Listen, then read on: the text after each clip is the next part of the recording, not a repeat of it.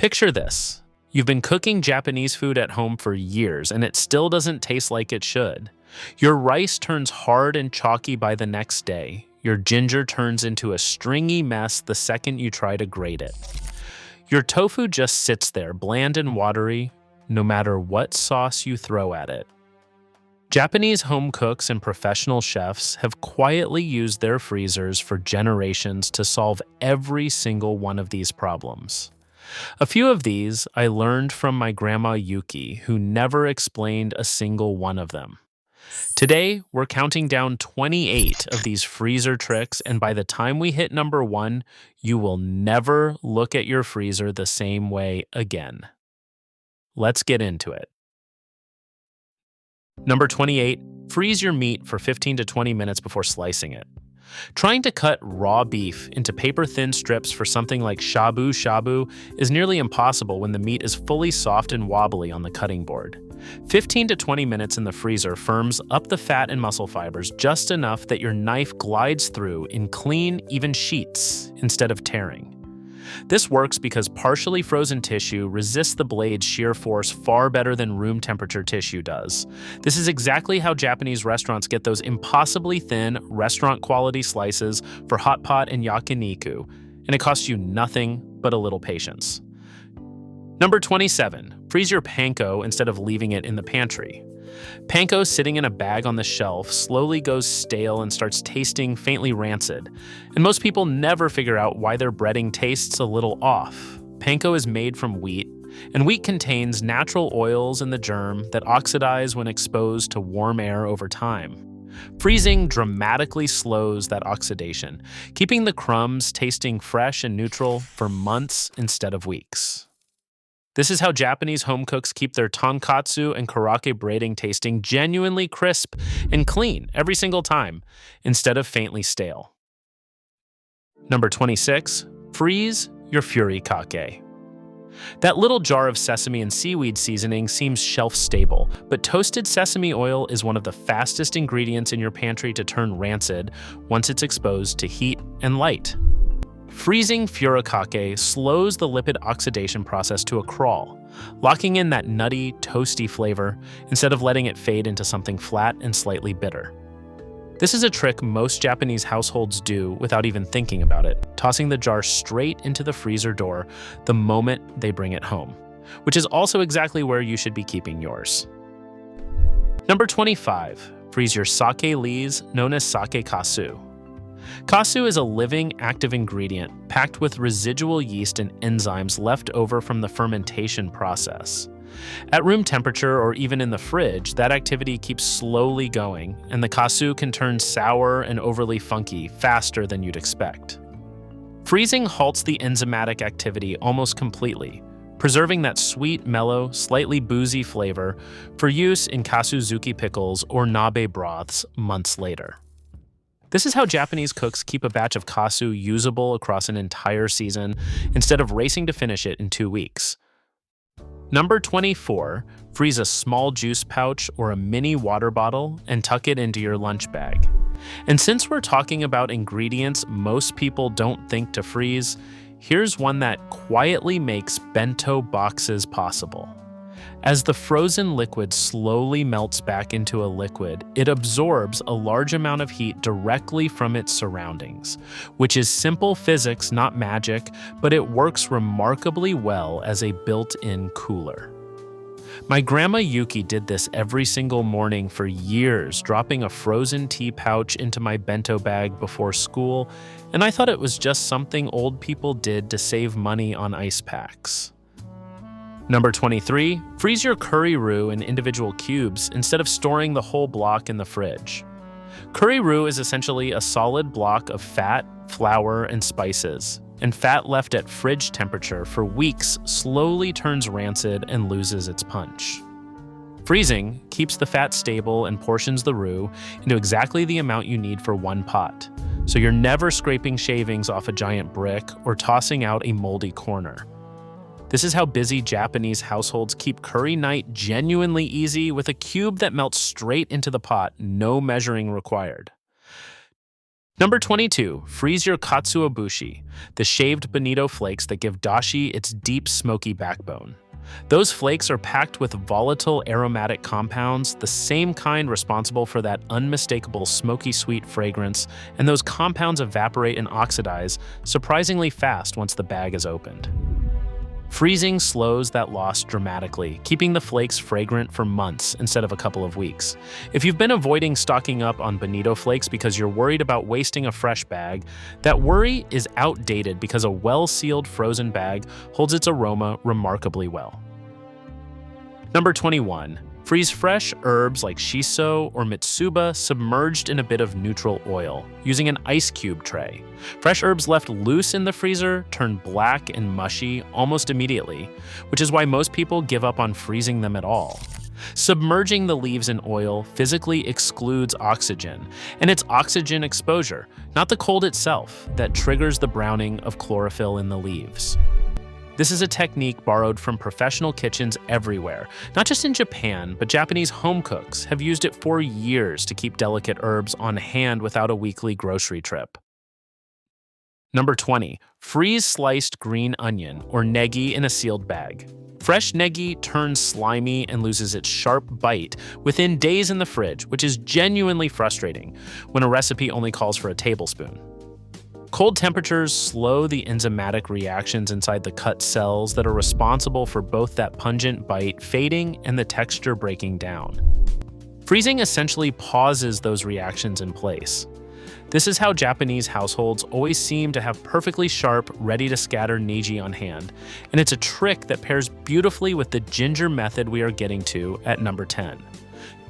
Number 19, freeze whole nori sheets in their original packaging.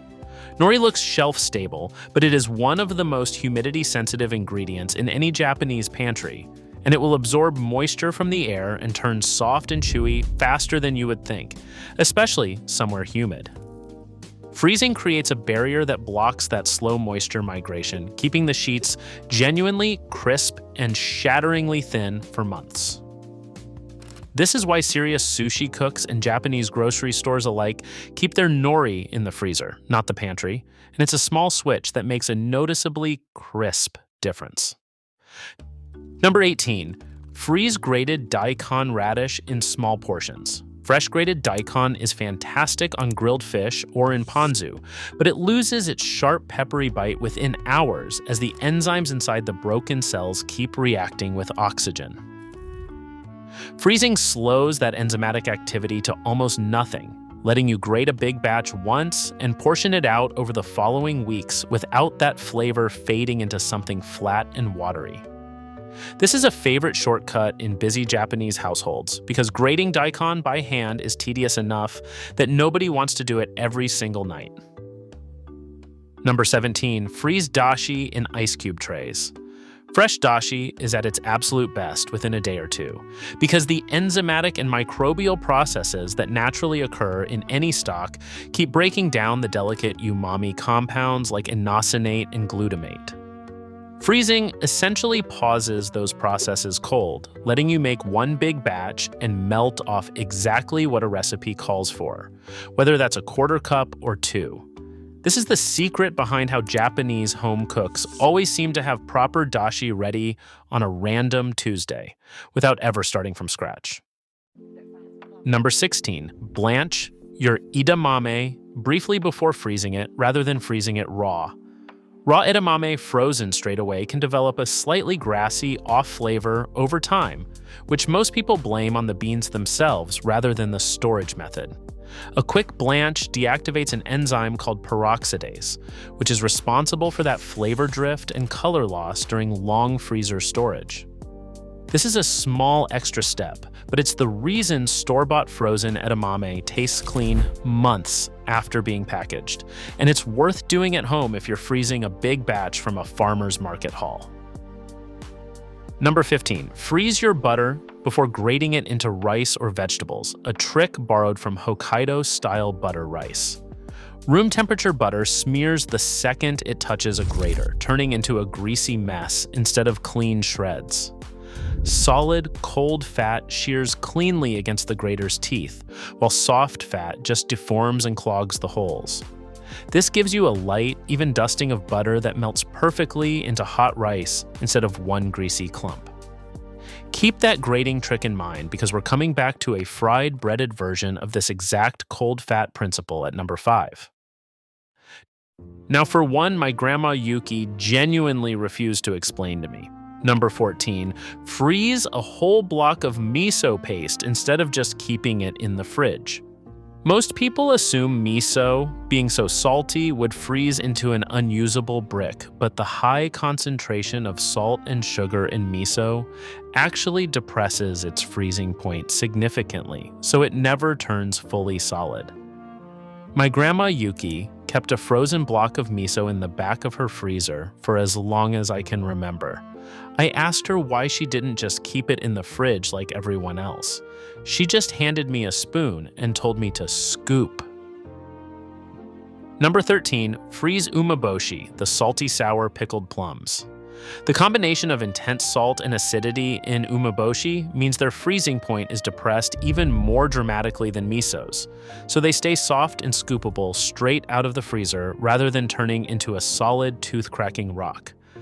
That same salt and acid also actively inhibits mold and bacterial growth, which is why freezing extends an already long shelf life even further.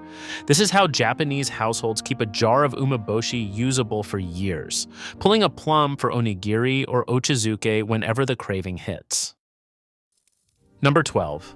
Freeze citrus like lemons or sudachi before zesting them. Zesting, a fresh, room-temperature citrus fruit, only releases a fraction of the fragrant oils trapped inside the peel's tiny oil glands. When you freeze the fruit first, the water inside those cells expands into ice crystals that physically rupture the cell walls, and when you then zest it, far more of that concentrated citrus oil releases at once. This is a trick pastry chefs and Japanese home cooks both rely on for a genuinely more fragrant, punchier zest, and it takes zero extra effort beyond planning a few hours ahead. Number 11. Freeze yuzu, peel the same way. Fresh yuzu is seasonal and expensive, so most people try to use the whole fruit immediately out of fear of wasting it. The same ice rupture principle from citrus zesting applies here. Freezing the peel, burst the oil-holding cells, and when thawed months later for zesting into a dish or a cocktail, the fragrance releases just as vividly as it would from a fresh fruit. This is exactly how Japanese cooks stretch a short yuzu season into year-round use, freezing the peels the moment the fruit arrives at the market. Number 10. Freeze whole ginger root before grating it. Fresh ginger's stringy, fibrous texture makes grating a genuine wrist workout, and half the fibers end up clogging the grater instead of turning into paste. Freezing causes ice crystals to form inside the root cells, physically rupturing the tough, fibrous walls, so the frozen ginger grates into a smooth, fine paste with almost no stringy resistance left behind.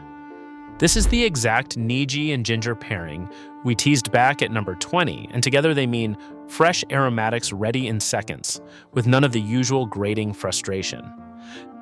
Number 9, freeze kombu before making dashi with it. Most people just soak kombu straight out of the package, which works, but it is slow, since the glutamate responsible for dashi's umami has to diffuse out through the seaweed's intact cell walls. Freezing ruptures those cell walls with ice crystals the same way it does in citrus and ginger. So when the kombu thaws in water, the glutamate releases dramatically faster and in greater concentration. This is a well-known shortcut among serious dashi makers in Japan, cutting steeping time while actually deepening the umami flavor of the final broth. Number 8, chill your tempura batter until it's nearly frozen before you fry with it. Warm batter activates gluten in the flour almost instantly once it's mixed with water, and developed gluten is exactly what makes tempura turn heavy, chewy, and greasy instead of light and shattering. Keeping the batter, the bowl, and even the water ice cold slows that gluten development to a crawl, so the coating stays delicate and fractures into that signature crisp lace the moment it hits hot oil. This is the single biggest difference between soggy homemade tempura and the genuinely weightless version served at a proper Japanese restaurant. Number 7, flash freeze your homemade gyoza on a tray before transferring them to a bag. Bagging warm or freshly made dumplings straight away causes them to freeze into one solid fused clump. And it also lets larger ice crystals form that damage the delicate gluten structure of the wrapper. Freezing them uncovered on a tray first lets them freeze individually and quickly, forming smaller ice crystals that preserve a tender, intact wrapper instead of a torn or gummy one. This is a genuinely simple extra step, but it's the difference between dumplings that separate cleanly from the bag and a frozen brick you have to hack apart with a knife.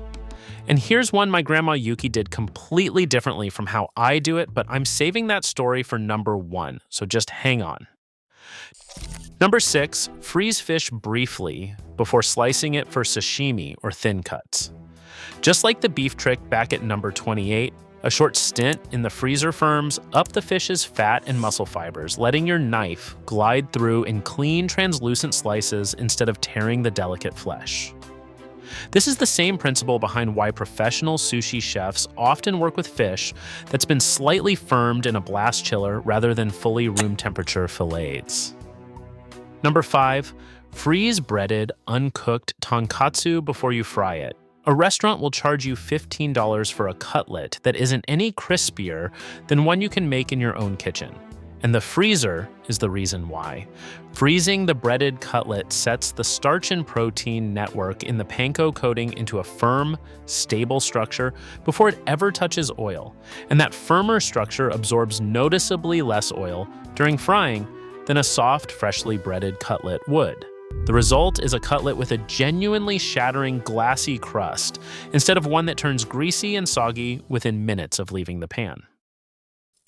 Number 4, freeze gyudon beef right in its simmering sauce instead of freezing it plain. The sugar and salt already dissolved in a proper gyudon sauce lower the water's freezing point and interfere with how ice crystals form around the meat, which offers real osmotic protection against the kind of ice damage that causes dry, stringy, freezer-burned beef. Thawed and reheated, the meat stays remarkably tender, and the sauce clings exactly the way it did the day it was made. This is how Japanese households turn one big batch of gyudon into an entire week of quick, genuinely restaurant-quality meals. Number 3, freeze and thaw tofu on purpose. This sounds backwards since freezing usually ruins delicate foods, but with tofu, it's a deliberate transformation. Ice crystals rupture the protein matrix that gives tofu its soft, custardy structure, and once thawed, that same tofu turns into something spongy and chewy, riddled with tiny holes that soak up sauce and marinade far more aggressively than fresh tofu ever could. This is a genuinely beloved technique in Japanese cooking, specifically because it turns a mild, watery ingredient into something hearty and almost meat-like, perfect for simmered dishes and stews. Number 2, freeze mochi the moment you make or buy it. Fresh mochi is soft and pillowy for maybe a day before it stales into something hard and unpleasantly dense, a process called starch retrogradation, where the starch molecules slowly recrystallize and squeeze out moisture. Freezing halts that retrogradation almost completely, locking the mochi in its soft state indefinitely. Then, steaming it before eating regelatinizes those starch molecules, restoring nearly all of that fresh, pillowy texture. This is exactly how Japanese households keep mochi around for New Year's celebrations and beyond, without it turning into an inedible rock within days. And here we are, at number 1, the trick that genuinely changes everything about your leftover rice. Freeze your rice the same day you cook it, instead of letting it sit in the fridge. Fridge cold temperatures are actually the fastest environment for starch retrogradation, which is exactly why fridge rice turns hard and chalky within a day or two, while frozen rice, properly reheated with a bit of steam, tastes almost freshly cooked weeks later. My grandma Yuki never froze her rice in neat little portions the way I do, in labeled bags, flattened for quick thawing. She just packed the whole leftover pot into one container and chipped off what she needed with a spoon. I thought that was messy and disorganized for years. Her rice always tasted better than mine anyway. There you have it, 28 banned Japanese freezer tricks that most people have never even thought to try.